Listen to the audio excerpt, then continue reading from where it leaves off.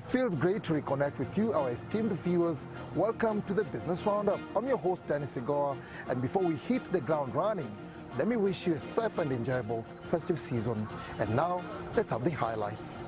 Uganda Airlines, in partnership with Boeing, is empowering university students with pathways into the global aviation industry.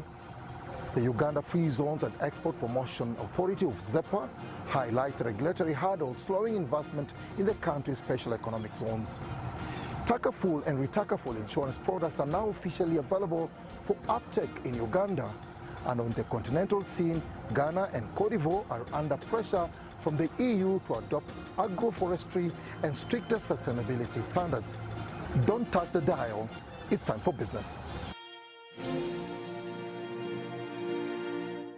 Makerere University students have been taken through a training and sensitization drive aimed at creating clear pathways into the aviation industry. The initiative, spearheaded by Uganda Airlines in collaboration with Boeing, seeks to expose learners to the diverse employment opportunities within the aviation sector while broadening their understanding of how the aviation ecosystem operates. Let's have a look. Uganda Airlines, in partnership with Boeing, a leading aircraft manufacturer based in the United States of America, has embarked on a mission to demystify the aviation industry. The two entities, working alongside sector partners, have engaged with Makerere University students to showcase opportunities that exist and guiding them on how to tap into these pathways. We want to create a pipeline of professionals who will come in all walks of life. They'll come in. We need lawyers, we need instructors. So we are speaking to education, those who are training to be teachers. We need salespeople, so we are talking to those who are doing marketing and selling, creatives, those who are building the brand. We need a lot more than just pilots and engineers. With statistics showing that more than 4 billion people traveled by air in 2018, and with global economies steadily recovering from the effects of COVID-19 pandemic, the aviation industry is on a strong growth trajectory. This growth calls for a robust pipeline of competent professionals drawn from diverse backgrounds. Airline, we are talking to Uganda Airline about the operations of Boeing airplanes. And so once these airplanes are integrated into Uganda Airlines fleet, they will create jobs for students from Makerere University, for example. They talk about some of the training program and apprenticeship where they could come to Uganda Airlines, work in maintenance, and then they could be employed full-time in the airlines. Beyond Makerere University, Uganda Airlines management plans to roll out this initiative to younger learners in primary and secondary schools, nurturing interest in aviation at an early age. So this really creates a very good example for what we want to keep doing here in the university to ensure that students, get a feel of how ready they could be. So in primary, you're saying I'll be a doctor, I'll be a journalist, So we also want to go to the primary schools, not just in Kampala, even up country, then as well as the high schools, so that kids can already know at that tender age, how do they move into the airline space. The sensitization drive, supported by Boeing, comes at a time when Uganda Airlines is preparing to expand its fleet and open new routes. In other news, the Uganda Free Zones and Export Promotions Authority of ZEPA convened a critical training session on environmental management standards for free zone developers and operators, spotlighting regulatory hurdles that slow investments in Uganda's special economic zones. Marco Adulo has a report. Stakeholders raised concerns over ambiguous and exorbitant costs for environmental impact assessments conducted by NEMA-certified consultants, delaying free zone operations and deterring both local and foreign investors. The application is there, but you cannot see the status, where it is, because like for the electoral permit, we've been told it is on the ED's desk for like 3 months now, and you can't, from the system, you can't see where it is. NEMA's online environmental impact assessment portal, operational for 2 years now, allows real-time tracking of applications with automated audits, slashing average approval times to 3 months, despite project variations preventing standardized fees. So the list of those certified practitioners is there, but NEMA does not determine how much they charge. It's like when you go to contract an engineer for your site or a lawyer to handle a case for you. They will charge you independently. However, NEMA is in talks with the consultants because it has become a growing concern indeed.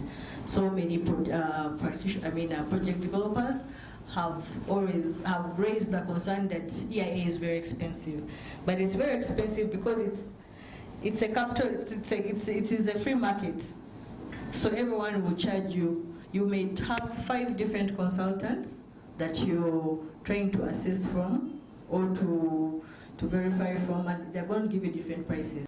Free zone farms were urged to hire in-house environmental experts and treat environmental impact assessment reports as living documents, including land and waste management policies. How are you handling waste? How are you handling the waste management, the disposal?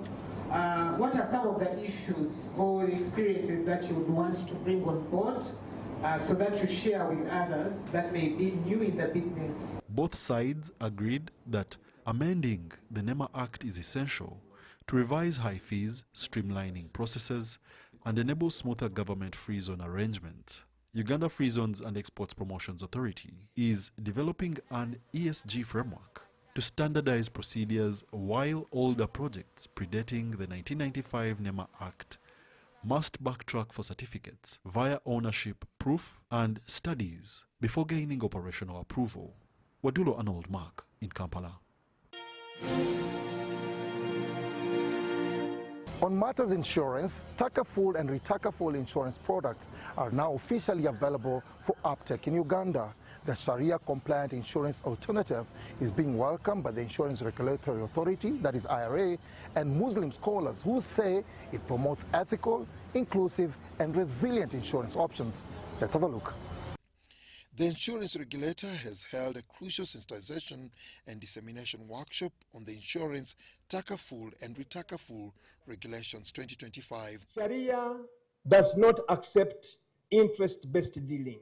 To sector players and scholars, the establishment and operationalization of Takaful and Retakaful marks a major milestone, introducing a fully Sharia-compliant insurance model that strengthens ethical finance, mutual support, and community-driven risk protection. Islamic insurance is not only for Muslims, but it is for those who want just. This is providing an objective of making sure that the Insurance Regulatory Authority is there to ensure that while this business is being done, it is fostering inclusiveness, it is fostering reliability and sustainable insurance industry.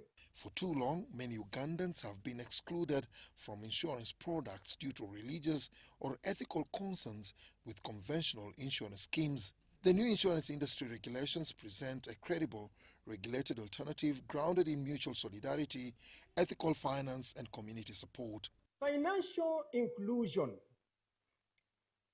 We know that we are living in a country whereby we have different communities. As a matter of fact, we have a community which is allergic to the conventional system. The only option they have is either to avoid, and we do not go into any insurance arrangement. If not, we do it forcefully.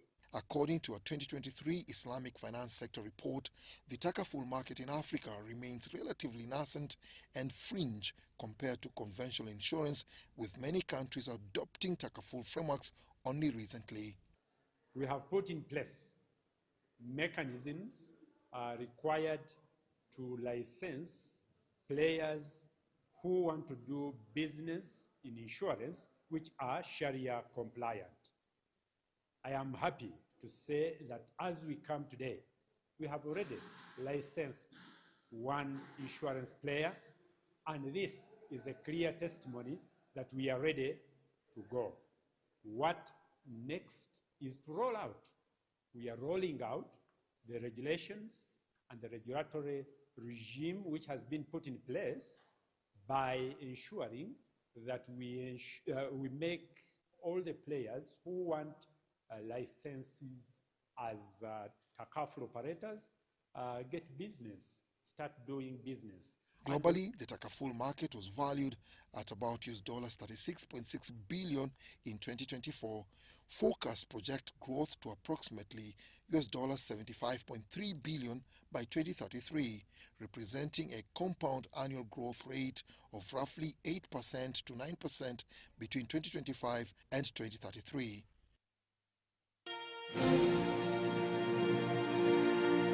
Uganda's construction industry is ramping up efforts to support the government Vision 2040 ambition of achieving a $500 billion economy, with the Uganda National Association of Builders, Suppliers and Engineering Contractors, UNAPSEC, launching the Uganda Construction Excellence Awards USEA 2025 to benchmark top performers and drive national development.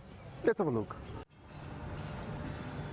The Uganda National Association of Builders, Suppliers and Engineering Contractors says that the award will recognize innovation, quality delivery, financing, inclusion and safety standards in the industry. In this point in the construction sector in Uganda, every construction sector player right now who is a service provider to government deserves recognition, deserves to be celebrated, because we know the problems that contractors have gone through in the past couple of years with lots of delayed payments from government. For the next financial year, 6.92 trillion shillings has been earmarked by government for integrated transport and infrastructure services, including roads, bridges, railways, water transport and air transport. The sector must brace for unprecedented demand, skill shortages and supply chain pressures to deliver on time within the budget. I've already spoken on many platforms that the ATMs cannot operate in a vacuum, because you cannot have tourism or agriculture at a grand scheme, or even have manufacturing without infrastructure. Wherever you want tourists to go, there must be a road taking them there. Wherever they need to stay, there must be a contractor on ground to build. Chronic delays in payments to contractors have been cited for fostering corruption. Import dependency for materials is also driving up costs. You see, like the cement has increased. The price of the fuel has increased. And yet, our price on the BOQ remains the same. We cannot go back to the client and say that, please, sir, this one is now going on. We cannot go and then plead to them, please increase our price. No, we cannot do that. I think that's also one of the factors that really affected for the past 2 to 3 years. Stakeholders warn that without urgent reforms such as faster government disbursements, tax incentives for local manufacturing, the industry risks stalling mega projects essential for Vision 2040. This is where when we go ahead to appreciate our clients, where we appreciate the country and the government for these opportunities, and now in this moment, we appreciate the NAPSEC, which, as a colleague already mentioned, has been the unifying body for all construction companies, all contractors across the country. This awards launch signals industry resolve to self-regulate, celebrate excellence, and lobby for policy fixes, positioning construction as the backbone for Uganda's infrastructure-led growth. Wadulo Arnold Mark in Kampala.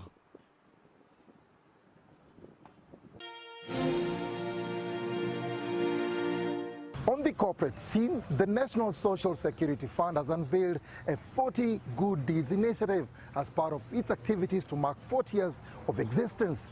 Kiunga Muslims Primary School in Mukono is the first beneficiary, receiving a donation of 112 million shillings to improve its learning environment. Let's have a look. The National Social Security Fund's 40th anniversary comes with a package of countrywide goodwill activities. At the launch of the 40th